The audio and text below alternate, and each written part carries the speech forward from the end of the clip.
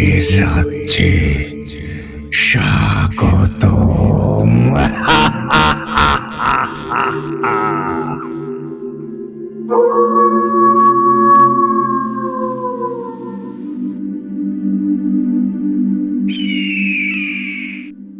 আসসালামু আলাইকুম বন্ধুগণ, সবাইকে স্বাগতম জানাচ্ছি ভূত আড্ডার আরো একটি নতুন এপিসোডে। আর বরাবরের মতোই আপনাদের সাথে আছি আমি, ইমরান খান। আজকে কিন্তু আপনাদের জন্য বিশেষ একটা ঘটনা নিয়ে উপস্থিত হয়েছি। আজকে আপনারা শুনতে চলেছেন আমাদের সবার প্রিয় সজীব হোসাইন ভাইয়ের রহমত হুজুরের দুর্দান্ত একটা ঘটনা। হ্যাঁ, আজকের ঘটনায় রহমত হুজুর, ইসরাফিল জিন, সেই সাথে ভয়ঙ্কর গয়লান জিনের সাথে দুর্দান্ত একটা ঘটনা শুনতে যাচ্ছেন। আশা করি আজকের এপিসোডটি আপনাদের অনেক অনেক বেশি ভালো লাগবে। তো মূল এপিসোডে যাওয়ার আগে কিছু কথা বলতে চাই, সেটা হচ্ছে আমাদের প্রিয় ফিলিস্তিন ভাই বোনেদেরকে নিয়ে। আপনারা সবাই হয়তো জানেন তাদের উপর যে বর্বরতা চলছে, যে নির্মমতা চলছে, তা আসলে ভাষায় প্রকাশ করার মতো না। আমরা সবাই সবার অবস্থান থেকে তাদের জন্য দোয়া করব, আল্লাহ পাক যেন তাদেরকে হেফাজত করেন। সেই সাথে যেই সকল ভাই বোনেরা ইতিমধ্যেই শাহাদাত বরণ করেছেন, আল্লাহ পাক যেন তাদেরকে শহীদের মর্যাদা দান করেন। আর আল্লাহ সেই সাথে যেন ইসরায়েল নামটাই পৃথিবীর বুক থেকে যেন চিরতরে মিলিয়ে দেয়। এটাই আমাদের সবার কাম্য হওয়া উচিত। তো আমি পার্সোনালি আপনাদেরকে বলবো, আপনারা সবাই যার যার অবস্থান থেকে আল্লাহর কাছে দোয়া করবেন, যাতে আল্লাহ পাক আমাদের এই মনের বাসনা কবুল করে নেয়। তো মূল ঘটনায় চলে যাব, তার আগে আপনাদেরকে বলবো, আপনারা যারা এখনো আমাদের চ্যানেলটিকে সাবস্ক্রাইব করেননি, দ্রুত সাবস্ক্রাইব করে ফেলুন এবং পাশে থাকা বেল আইকনটি অন করে রাখুন। এর ফলে আমাদের পরবর্তী সকল আপডেট সবার আগে আপনাদের কাছে পৌঁছে যাবে। আর আপনারাও যদি আমাদেরকে ঘটনা পাঠাতে চান, সেই ক্ষেত্রে আপনাদের কাছে দুটি ওয়ে আছে। প্রথমত, আপনারা সরাসরি আমাদেরকে হোয়াটসঅ্যাপে নক দিতে পারেন, আর আমাদের হোয়াটসঅ্যাপ নাম্বারটি আমাদের ডেসক্রিপশন বক্সে অথবা কমেন্ট বক্সে প্রিন্ট আপ করা আছে। এছাড়াও আপনারা চাইলেই কিন্তু আমাদেরকে ইমেলের মাধ্যমেও ঘটনা পাঠাতে পারেন। আর আমাদের ইমেল অ্যাড্রেসটি হচ্ছে bhutadda.stories@gmail.com bhutadda.stories@gmail.com। আপনাদের জানা শোনা সেরা ভয়ঙ্কর ঘটনাগুলো আমাদেরকে লিখে কিংবা ভয়েস ক্লিপ আকারে পাঠিয়ে দিতে পারেন। তাহলে এখন আর বেশি কথা বাড়াবো না, এবার সরাসরি চলে যাব সজীব হোসাইন ভাইয়ের লেখা রহমত হুজুরের ঘটনায়।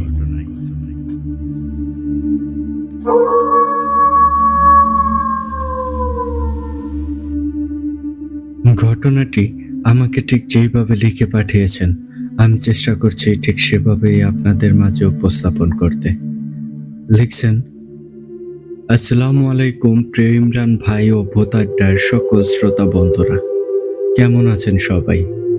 আশা করি মহান আল্লাহ তাআলার অশেষ রহমতে সবাই অনেক বেশি ভালো আছেন। আলহামদুলিল্লাহ, আমিও ভালো আছি। আমি মোহাম্মদ সজীব হোসাইন, ভূত আড্ডার একজন অ্যাডমিন ও স্টোরি রাইটার। আমাদের ঈদ আয়োজনের স্পেশাল এপিসোডগুলো আশা করি আপনাদের অনেক বেশি ভালো লেগেছে। দিন দিন ভূত আড্ডা এগিয়ে যাচ্ছে। আশা করি আমাদের এই চলার পথে আপনাদেরকে পাশে পাবো। ভূত আড্ডা তার ভালোবাসার মানুষদের সাথে নিয়ে সামনের দিকে এগিয়ে যাবে। আজকে আমি রহমত হুজুরের আরো একটি নতুন ঘটনা নিয়ে আসলাম। আশা করি ঘটনাটা সবার কাছে অনেক ভালো লাগবে। তাহলে চলুন কথা না বলে ঘটনায় চলে যাই। আজকের ঘটনাটা আমি রহমত হুজুরের ভাষায় বলবো। বলছেন রহমত হুজুর।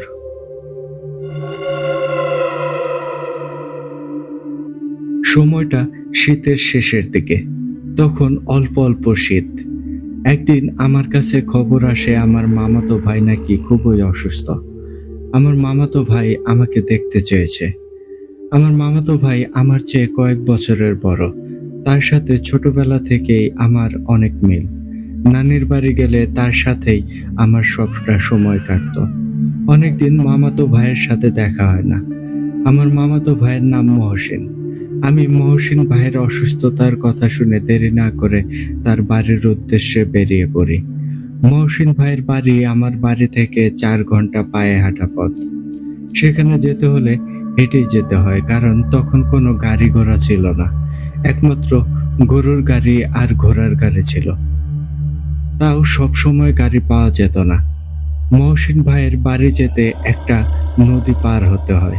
সেই নদীতে নৌকা করে পার হয়ে তারপর ৩০ মিনিট হাঁটলেই মহসিন ভাইয়ের বাড়ি। আমি জোহরের নামাজ আদায় করে বেরিয়ে পড়ি। রাস্তায় পরিচিত মানুষদের সাথে দেখা হয়, তাদের সাথে কথা বলতে বলতে দেরি হয়ে যায় অনেকটাই। আমি রাস্তায় আসরের নামাজ আদায় করি। সন্ধ্যার সময় আমি নদীর কাছে এসে পৌঁছাই।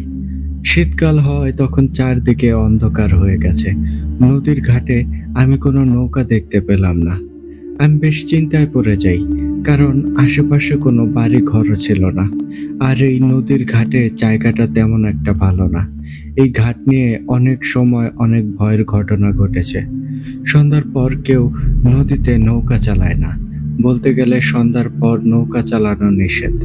তবুও আমি নৌকার জন্য অপেক্ষা করি। এদিকে আস্তে আস্তে রাত হতে থাকে। আমার শীত লাগছিল। আমি ৩০ মিনিট অপেক্ষা করি, কিন্তু কোনো নৌকাই দেখতে পাই না। আমি কি করব ভেবে পাচ্ছিলাম না। এখন তো বাড়ি ফিরে যাওয়াও সম্ভব না।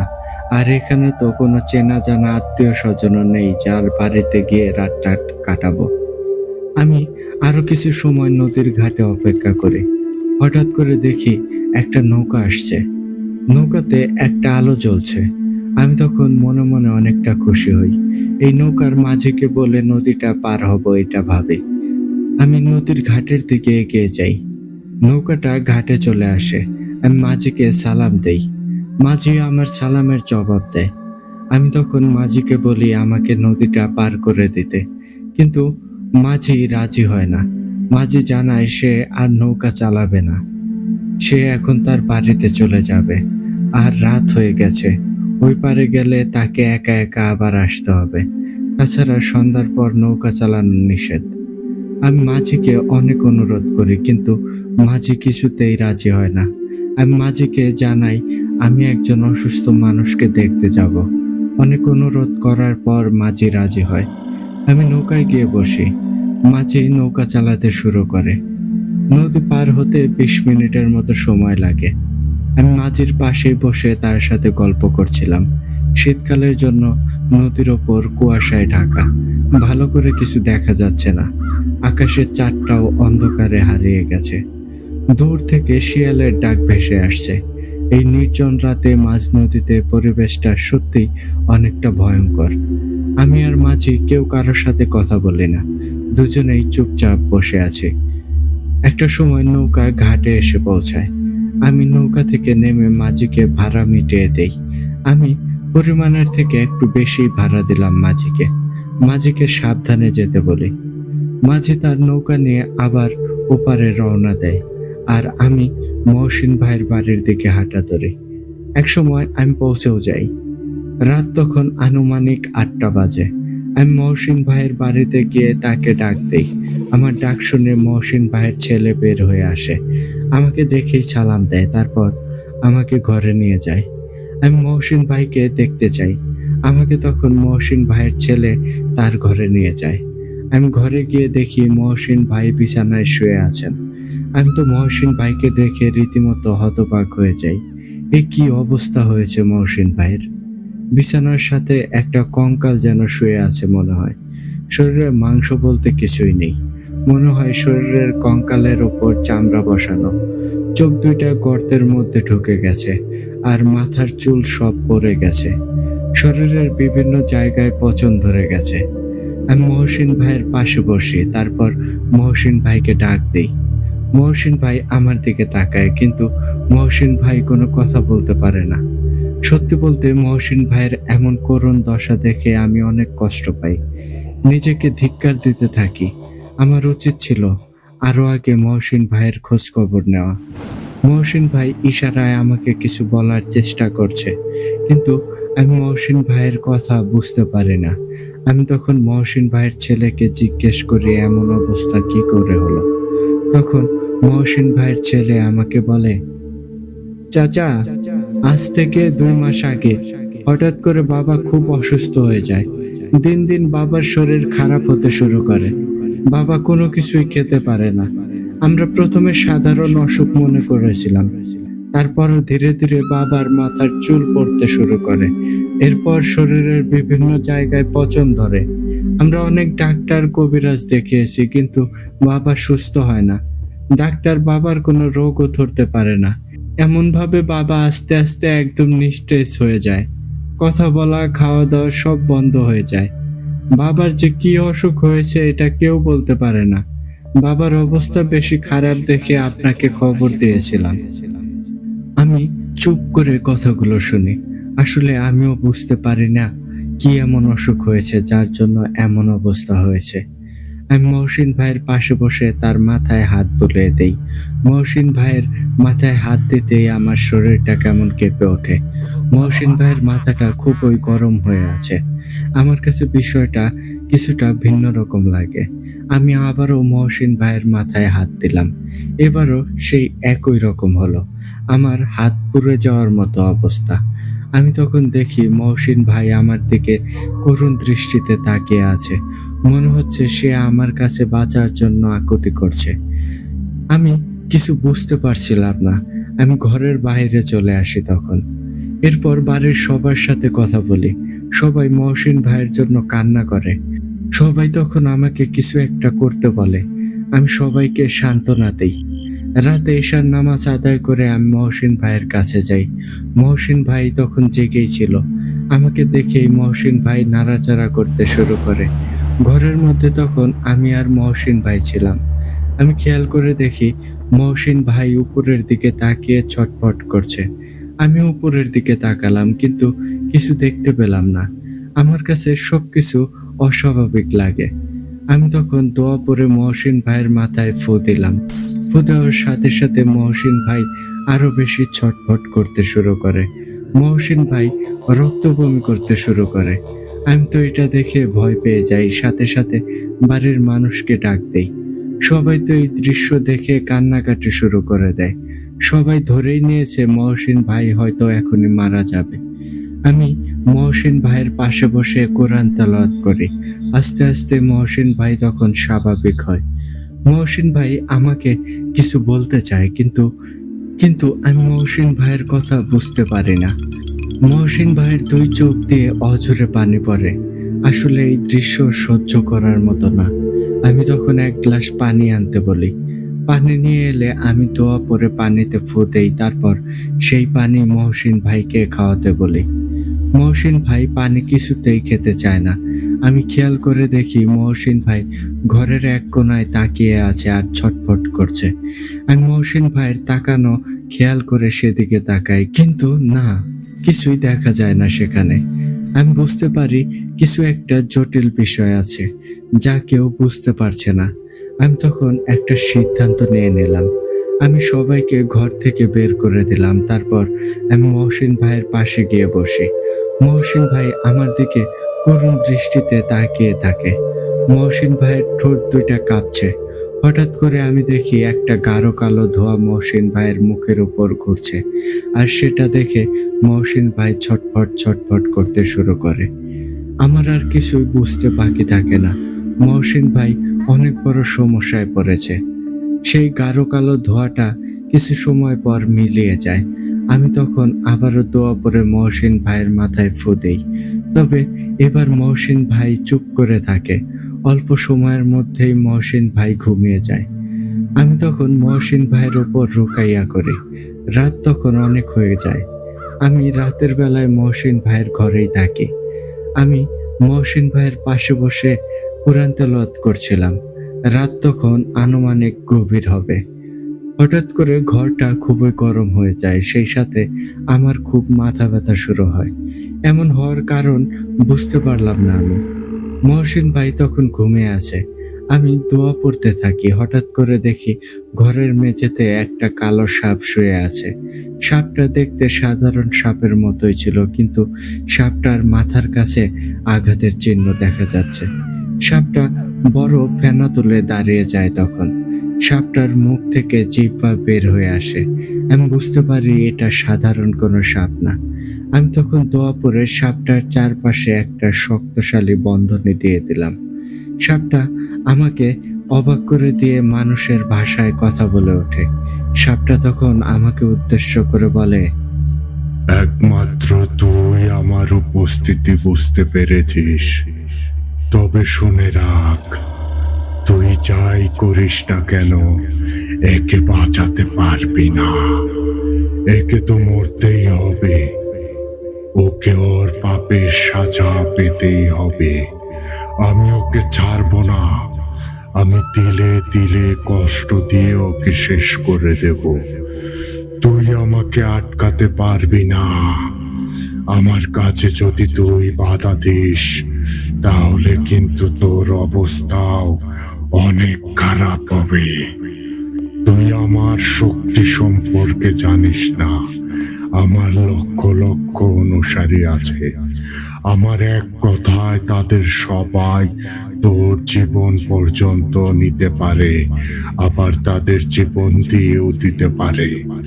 তুই কাল সকালেই এখান থেকে চলে যাবি। তুই যদি আমাকে আটকানোর চেষ্টা করিস, তাহলে এর পুরো পরিবার আমি শেষ করে দেব। কথাগুলো বলেই সাপটা আমার চোখের সামনে মাটির নিচে চলে যায়। আমি তো হতভম্ব হয়ে তাকিয়ে থাকি, কারণ আমি যে বন্ধনীটা দিয়েছিলাম সেটা নষ্ট করে দিয়ে চলে গেছে সে। আমি বুঝতে পারি এটা অনেক শক্তিশালী হবে। তবে মহসিন ভাইয়ের পিছনে কেন লাগলো সেটা আগে জানতে হবে। মহসিন ভাই কি এমন করেছে যার জন্য মহসিন ভাইয়ের এমন করুণ অবস্থা? সেই রাতটা এমন ভাবেই কেটে যায়। আমি এই বিষয়ে বাড়ির কাউকেই কিছু বলি না, কারণ সবাই জানতে পারলে অনেক ভয় পাবে। আমি মহসিন ভাইয়ের ওপর আবারও রুকাইয়া করি।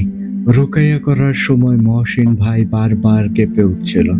রুকাইয়া করার সময় খেয়াল করি মহসিন ভাইয়ের শরীর হালকা নীল বর্ণ ধারণ করেছিল। রুকাইয়া শেষ করে আমি তাহাজ্জুদের নামাজ আদায় করি, তারপর একটু ঘুমাই। আমার ঘুম ভাঙে ফজরের আজানের সময়। আমি ঘুম থেকে উঠে উজু করে ফজরের নামাজ ঘরেই আদায় করি। সকালবেলা আমি একটু বের হই। বাড়ির সবাই ঘুম থেকে ওঠার আগেই আমি সারা বাড়ি ঘুরে দেখি, কিন্তু আমি তেমন কিছুই বুঝতে পারি না।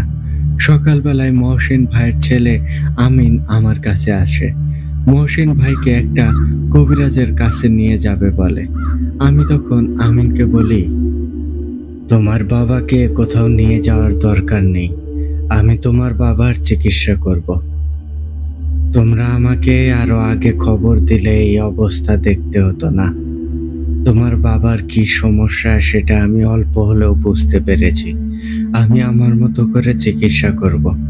আর আজ থেকে বাড়ির সবাই 5 ওয়াক্ত নামাজ আদায় করবে। কেউ যেন নামাজ পড়া বাদ না দেয়। আর বেশি বেশি করে ঘরে কোরআন তেলাওয়াত করতে বলবে। রাতের বেলায় আমি তোমার বাবার সাথে থাকবো। তোমরা রাতে কেউ ঘর থেকে বের হবে না।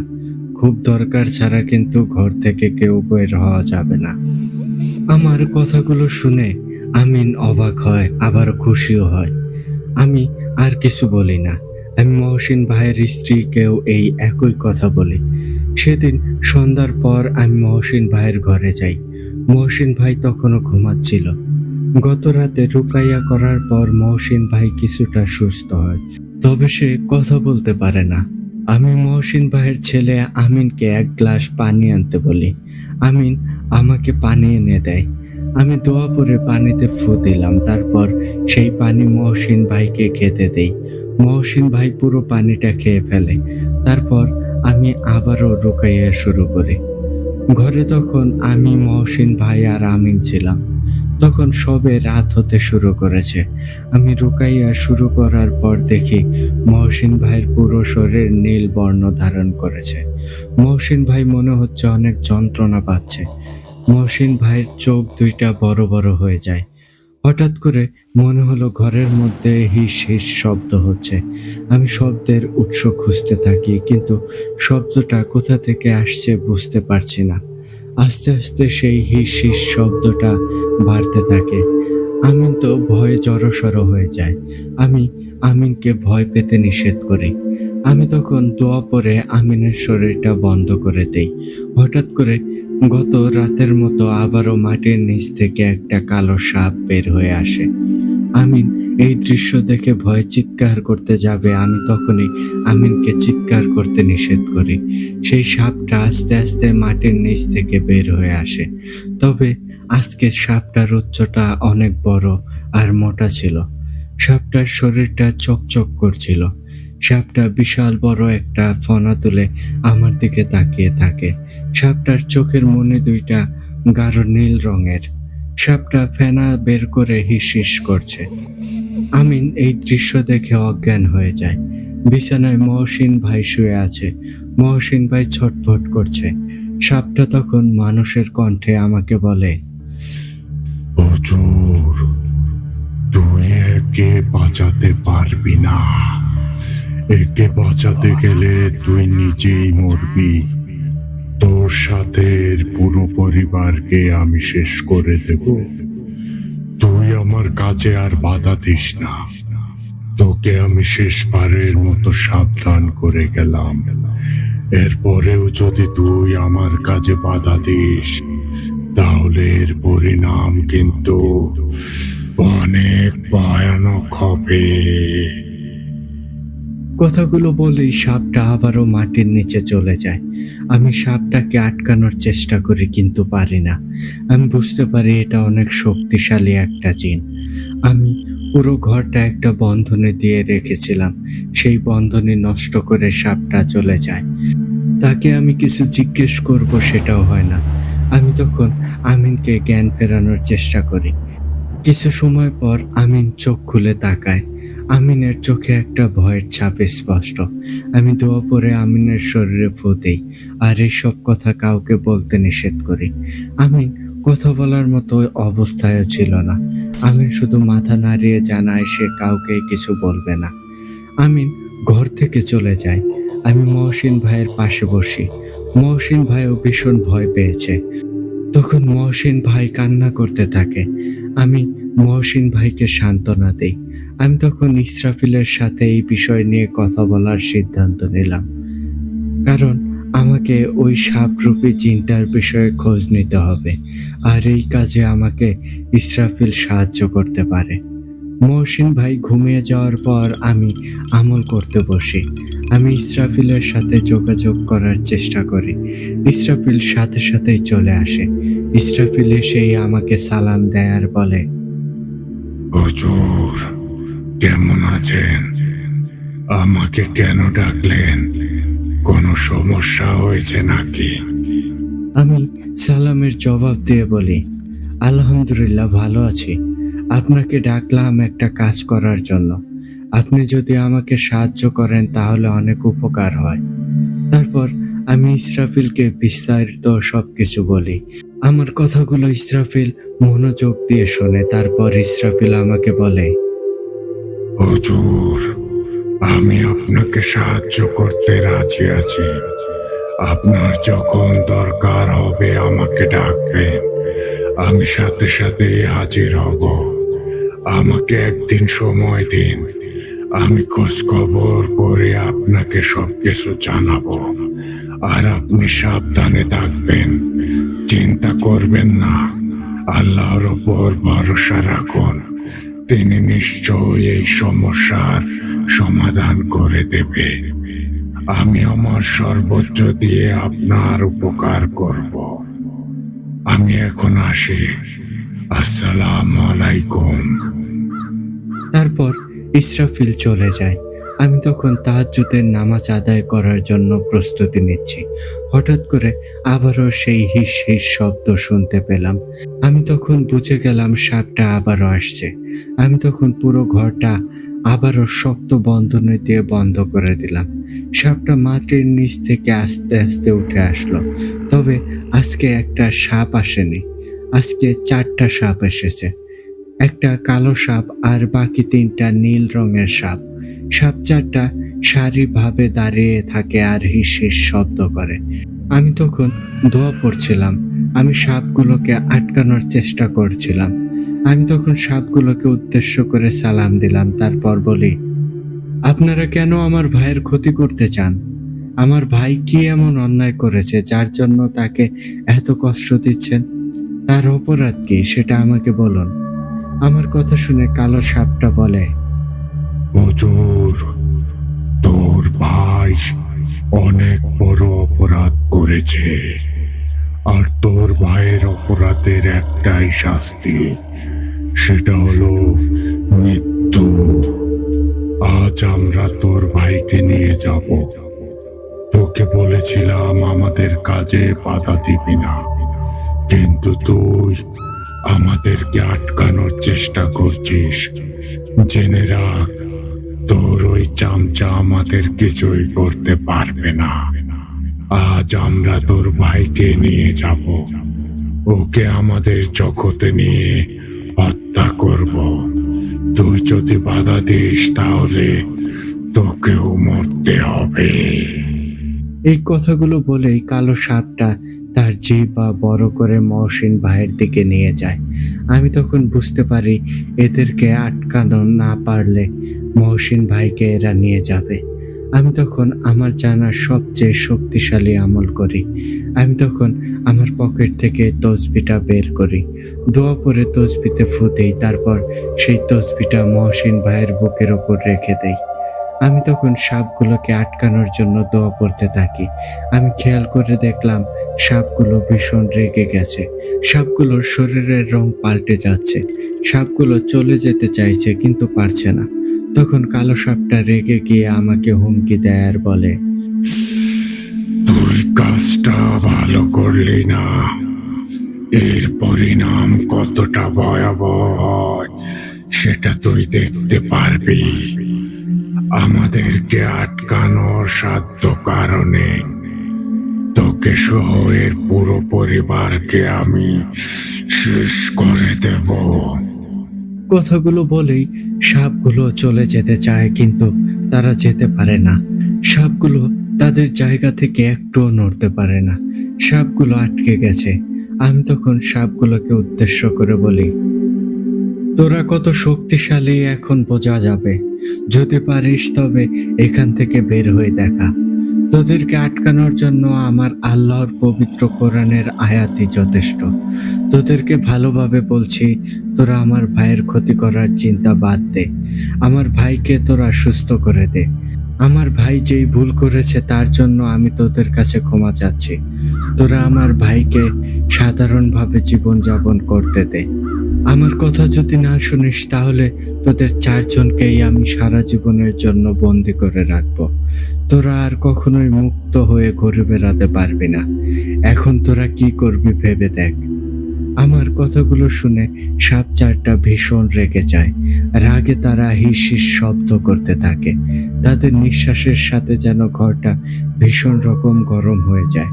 আমার তখন মাথা ঘুরতে শুরু করে। সাপগুলো বন্ধন ভেদ করে চলে যেতে চায় কিন্তু পারে না। আমি তখন দোয়া পড়তে শুরু করি। এক পর্যায়ে দেখি 3টা সাপ আস্তে আস্তে মাটির নিচে চলে যায়, আর একটা সাপ মুখ দিয়ে রক্ত পড়তে থাকে। সেই সাপটা মাটিতে গড়াগড়ি করতে শুরু করে। সাপটা তার শরীর মোচড়াতে থাকে। কিছু সময় পর আস্তে আস্তে সাপটা নিস্তেজ হয়ে যায়। সাপটা মারা যায়। আমি আসলে এই দৃশ্য দেখে হতভম্ব হয়ে যাই, কারণ তাদের মেরে ফেলার কোনো ইচ্ছে আমার ছিল না। আমি শুধু তাদেরকে আটকে রাখতে চেয়েছিলাম, তাদেরকে হত্যা করতে চাইনি। মারা যাওয়া সাপটা হঠাৎ করেই অদৃশ্য হয়ে যায়। মেঝেতে যেই রক্তের দাগ ছিল সেগুলোও মিলিয়ে যায়। আমার মনের মাঝে একটা অজানা ভয় ঢুকে পড়ে, কারণ সাপটা মারা যাওয়ায় সমস্যা আরো বাড়বে। সেদিন রাতে আমি আর ঘুমাতে পারিনি। সারাদিন আমি অনেক চিন্তার মধ্যে ছিলাম। রাতের বেলায় আমি মহসিন ভাইয়ের স্ত্রীকে ডাকি আর তাকে বলি, ভাবি, ভাইয়ের সাথে যা হচ্ছে ভালো কিছু হচ্ছে না। আপনাদেরকে এখন সাবধানে থাকতে হবে। আপনারা ঘরে বেশি বেশি করে কোরআন তেলাওয়াত করবেন, আর রাতের বেলায় খুব দরকার ছাড়া কেউ বের হবেন না। বের হলেও একা বের হবেন না, সাথে কাউকে নিয়ে বের হবেন। আমার কথা শুনে ভাবি ভয় পেয়ে যায়। ভাবি আমাকে জিজ্ঞেস করে ভাইয়ের কি সমস্যা। আমি ভাবিকে তখন কিছুই বলি না, কারণ এইসব বললে ভাবি ভয় পাবে। আমি ভাবিকে জানাই সময় হলে সব বলবো। ভাবিকে বলে দেই বাড়ির সবাইকে যেন সতর্ক করে দেয়। সেদিন মাগরিবের নামাজ আদায় করে আমি মহসিন ভাইয়ের পাশেই বসেছিলাম। মহসিন ভাই আগের থেকে কিছুটা সুস্থ হয়েছে। মহসিন ভাই অল্প সময়ের মধ্যেই ঘুমিয়ে যায়। আমিও এশার নামাজ আদায় করে কিছু আমল করি। সবাই যার যার ঘরে ঘুমিয়ে আছে। রাত তখন কয়টা বাজে জানি না। আমি আমল করছিলাম, হঠাৎ করে ঘরের বাইরে ভাবির চিৎকার শুনতে পাই। আমি সাথে সাথে ঘর থেকে বের হয়ে বাইরে যাই। ভাবির চিৎকার শুনে আমিন সহ সবারই ঘুম ভেঙে যায়। সবাই বাইরে বের হয়ে দেখি ভাবি বারান্দায় অজ্ঞান হয়ে পড়ে আছে। ভাবিকে ঘরে নিয়ে আসা হয়। অল্প সময় পর ভাবির জ্ঞান ফিরে আসে। ভাবির চোখে মুখে ভয় আর আতঙ্ক দেখা যাচ্ছে। মনে হচ্ছে ভাবি ভয়ঙ্কর কিছু একটা দেখেছে। ভাবি তখনও ভয়ে কাঁপছিল। ভাবি কথা বলার মতো অবস্থায় ছিল না। আমি তখন পানি পড়া ভাবিকে খেতে দেই।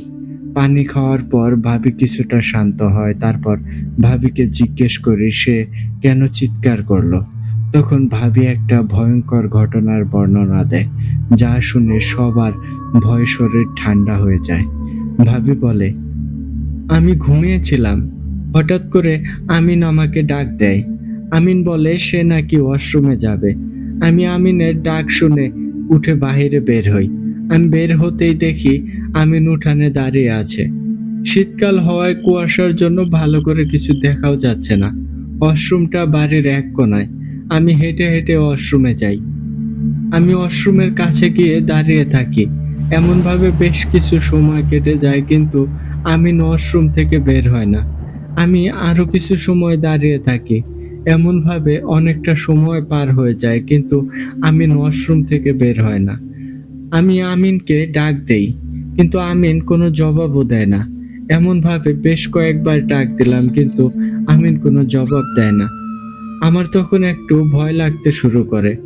হঠাৎ শব্দ করে ওয়াশরুমের দরজাটা খুলে যায়। আমি ভাবলাম আমিন হয়তো বের হয়ে এসেছে।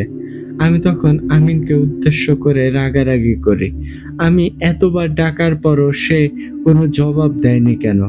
আমি ওয়াশরুমের দিকে তাকিয়ে আছি, কিন্তু না, ওয়াশরুম থেকে কেউ বের হলো না।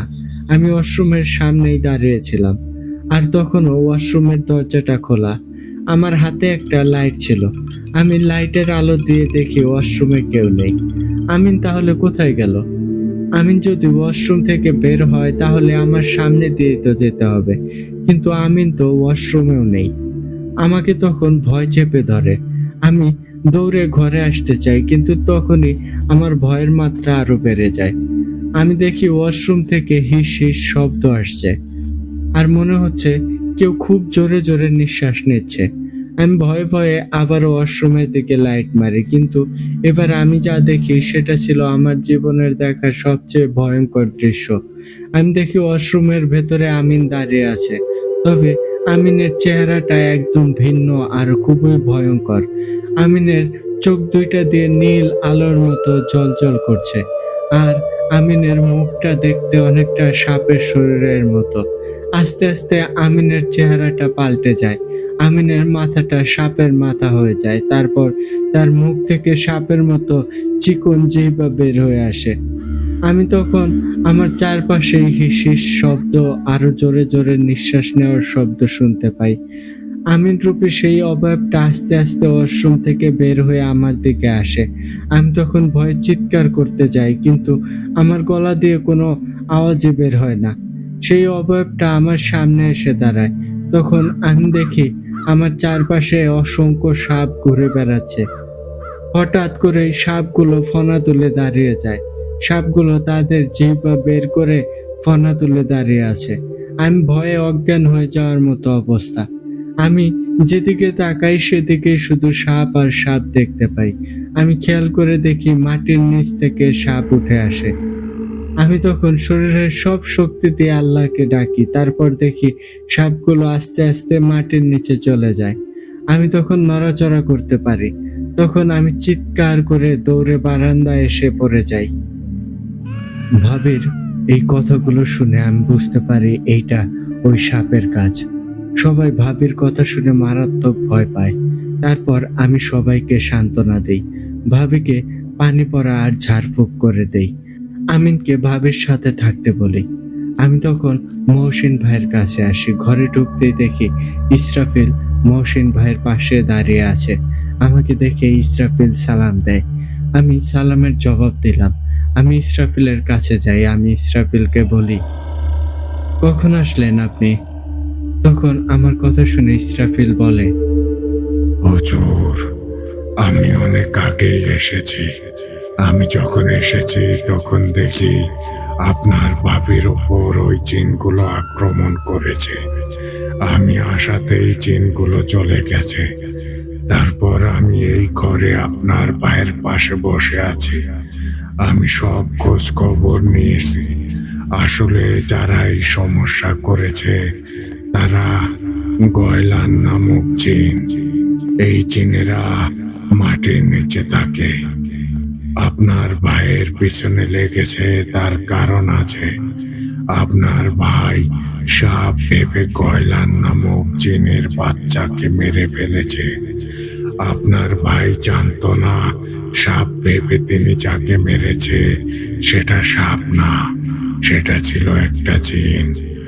আর সেই জিনের বাবা রেখে গিয়ে আপনার ভাইয়ের উপর প্রতিশোধ নিতে চায়। সেই জিনটা স্বপ্নে এসে আপনার ভাইকে কামড় দেয়, কিন্তু আপনার ভাই সেটা বুঝতে পারেনি। কোনো ডাক্তার কবিরাজও সেটা ধরতে পারেনি।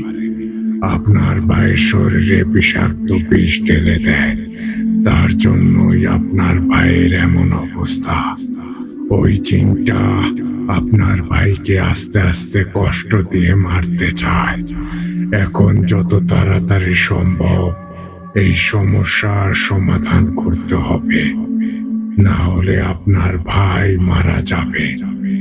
আজ এখনই আপনি ওই জিনেদের হাজির করবেন, আর ওই জিনেদের দিয়েই আপনার ভাইকে সুস্থ করবেন। আমি আপনাকে একটা আমল শিখিয়ে দেব। আপনি এখন এই আমলটা করবেন। ওই জিনটা হাজির হতে বাধ্য হবে। জিনটা হাজির হলে যা করার আমি করব। আমি ইসরাফিলের শেখানো আমল করতে থাকি। অল্প সময়ের মধ্যেই সেই গয়লান নামক জিনটা মাটির নিচ থেকে বের হয়ে আসে। তবে এবার সে ভিন্ন রূপে আসে। শরীরটা মানুষের মতো হলেও মাথাটা সাপের মতো। গয়লান জিনটা হাজির হয়ে আমাকে উদ্দেশ্য করে বলে, হুজুর, তোর জন্য আমি আমার কাজ শেষ করতে পারিনি। তোর জন্য আমার ভাই মারা গেছে। আমি তো এত সহজে ছাড়বো না। তুই আমাকে আটকাতে পারবি না। তোর ওই চামচাটাও আমার কিছুই করতে পারবে না। আমি তখন চুপ করে বসে থাকি। ইসরাফিল তখন সাপটার কাছে যায়। তারপর ইসরাফিল একটা সাদা কাপড়ে দোয়া পরে ফু দেয়। তারপর সেই সাদা কাপড়টা গয়লান জিনের পায়ের কাছে রেখে দেয়।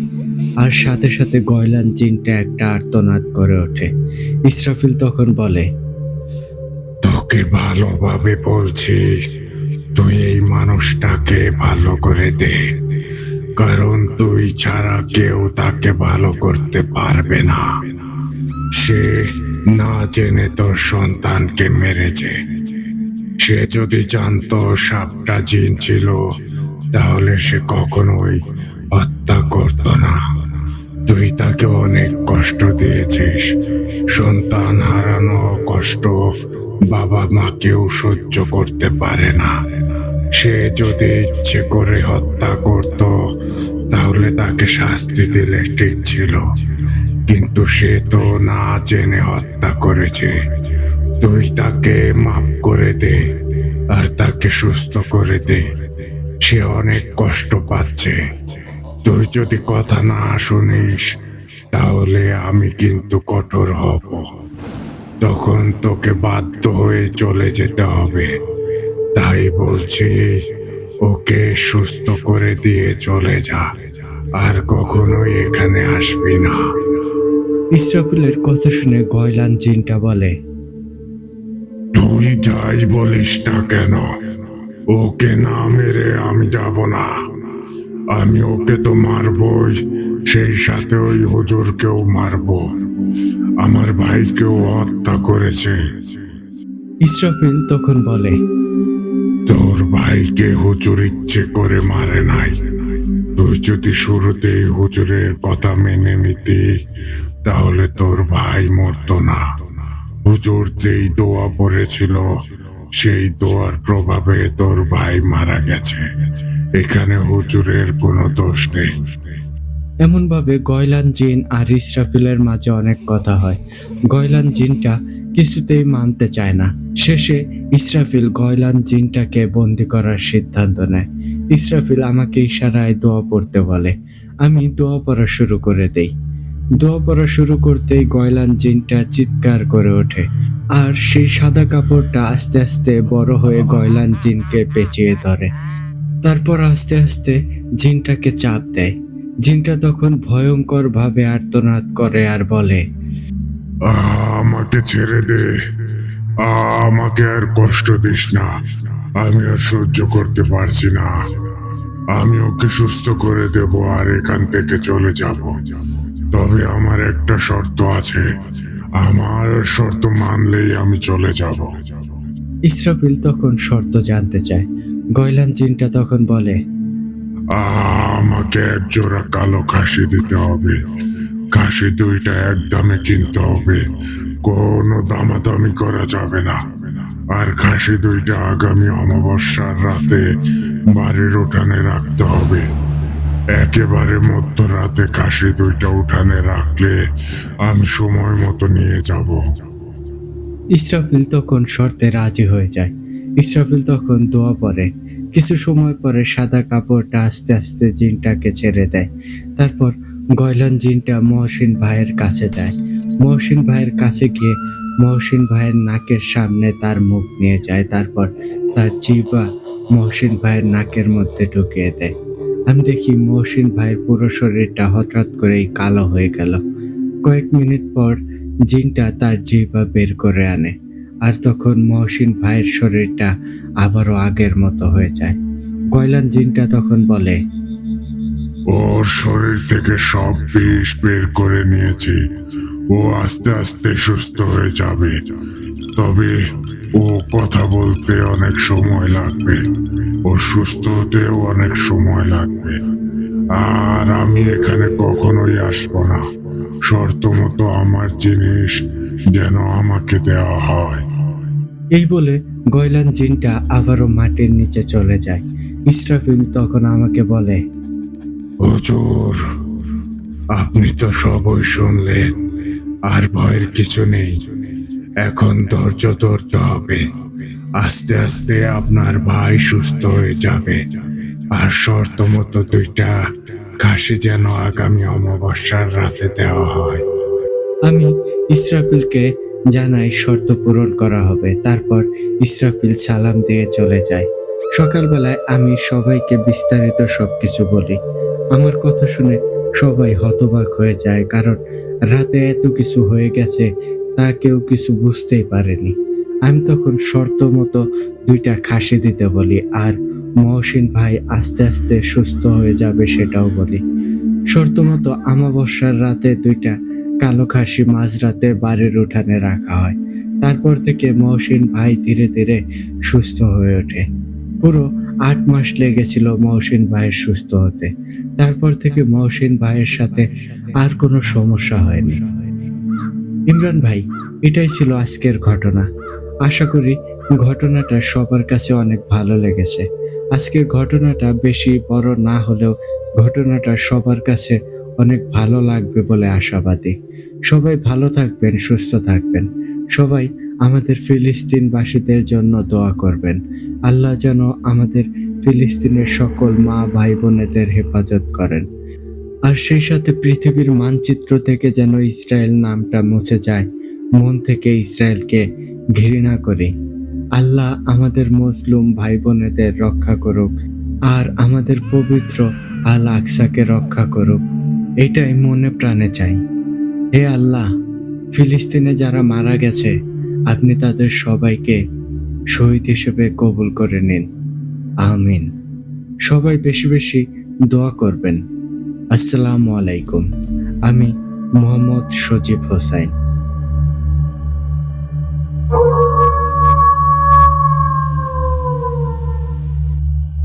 ওয়ালাইকুম আসসালাম সজীব হোসেন ভাই। ধন্যবাদ সজীব ভাই এত সুন্দর একটা ঘটনা আমাদের সাথে শেয়ার করার জন্য। যদিও ঘটনাটি মোটামুটি ডিউরেশন ছিল, কিন্তু এর ভেতরে ডার্কনেসটা সত্যি অন্যরকম ছিল। অনেক বেশি ডার্ক ছিল আজকের ঘটনাটি। মানে আমি যখন ঘটনাটি কভার করছিলাম, আমি ইমাজিন করতে পারছিলাম যে ওইখানের প্রত্যেকটা ক্যারেক্টার তারা কি করছে বা কি ঘটছে। সত্যি খুব সুন্দরভাবে আপনি গুছিয়ে ঘটনাটি লিখেছেন। অনেক স্বতঃস্ফূর্তভাবে ঘটনাটি কভার করতে পেরেছি। এর জন্য স্পেশালি আপনাকে ধন্যবাদ জানাচ্ছি ভাই।